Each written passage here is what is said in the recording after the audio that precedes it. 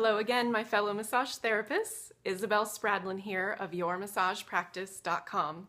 And today we are talking about self-care, but we are talking about it in a way that I think you may not have heard it talked about before. So I would love for you to listen to this video and let me know what you think. Hopefully this will be helpful to you. This is the most profound understanding of self-care that I have come to understand in my own business and life, and I would love for it to be of help to you as well. As business owners, we really need to be able to get things done. We need to be able to do the things that are on our list to do without too much hemming and hawing about it, especially once we've determined that whatever needs to be done is well within our own value system. We need to be able to walk up to it, get it done, and then get to the next thing that's on our list. But so often, the reason that we avoid doing things or that we hesitate doing things, even if we know they're within our value system, is because we're scared. It takes a lot of courage to be a business owner because you have to learn to do so many things that are initially outside of your comfort zone. And that's uncomfortable, you know? We don't love existing in that state of the unknown or the uncertain. So it really takes a lot of courage to run a successful business. Even today, I still work with this in myself. It's just something that is a part of owning a business.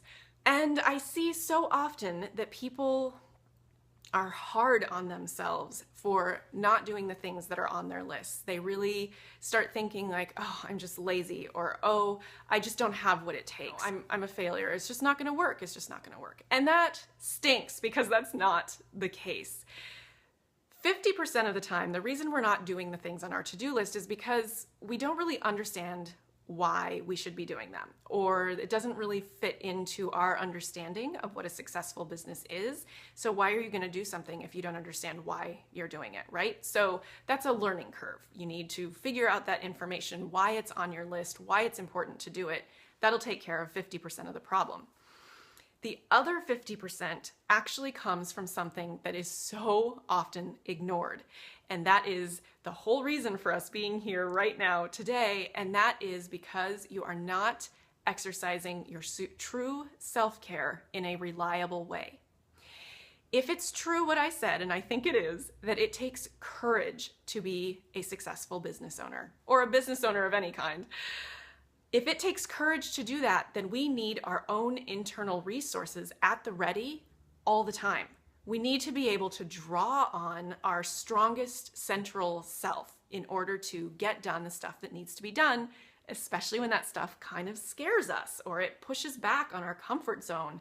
And we're kind of like, I'm uncomfortable, I'll put it off again until tomorrow. And then suddenly tomorrow is 6 months from now. So I'm bringing this up because I really see it over and over again, that when you are truly exercising your full self-care plan on a weekly basis, it is so much easier to get everything else done. And this feels really counterintuitive.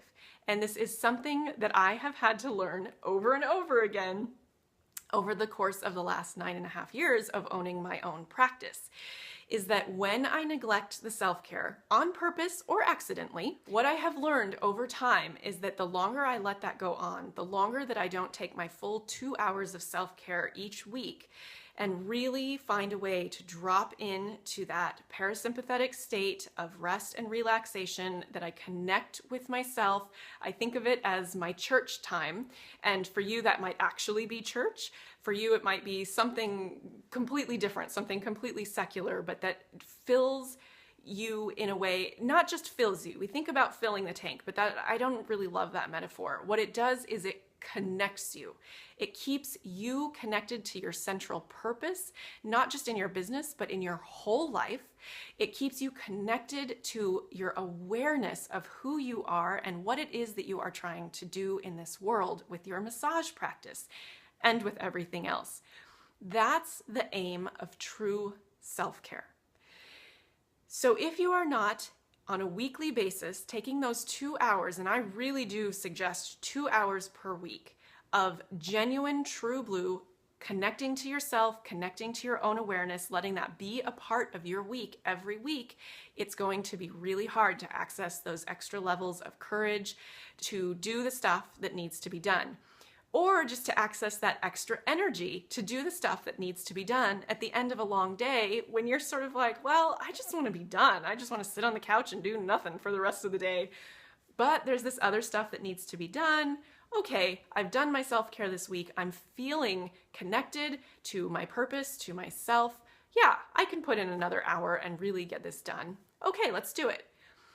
When you are doing your self-care in this way, when you have this conception of your self-care, rather than it being a sort of frivolous time, so many times people feel that their self-care is somehow frivolous or secondary. When you treat it that way, you burn out faster, and it's really hard to access those deeper areas that help you get through any fear that you're experiencing, to help you get through any confusion that you're experiencing about the things that need to be done to make your practice successful. And so, if you treat self-care as frivolous, then it's much easier to head into that overwhelm and that burnout.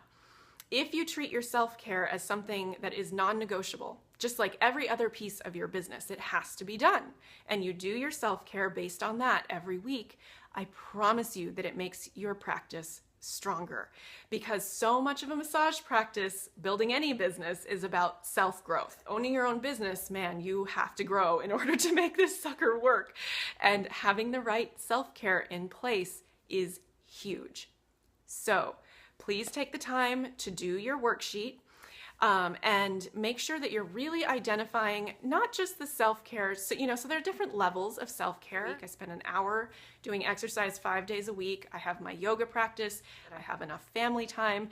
But really, my true self-care that really keeps me connected, really gets me going, is that extra piece of non-negotiable 2 hours every week. I make sure that I am settling in, really getting inside myself in order to make sure that my business stays stable and the rest of my life stays stable as well.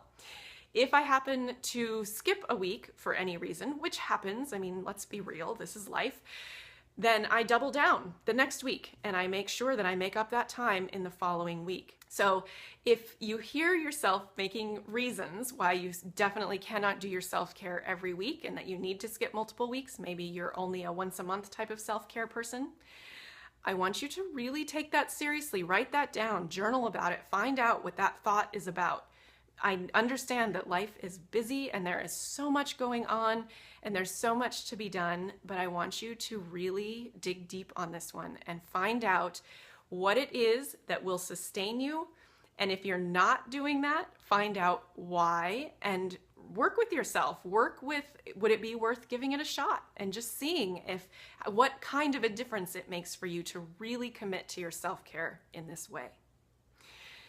Okay, so that's the missive for today. As always, please let me know what you think, how this goes for you, and I look forward to hearing always about how your practice is going. See you next time.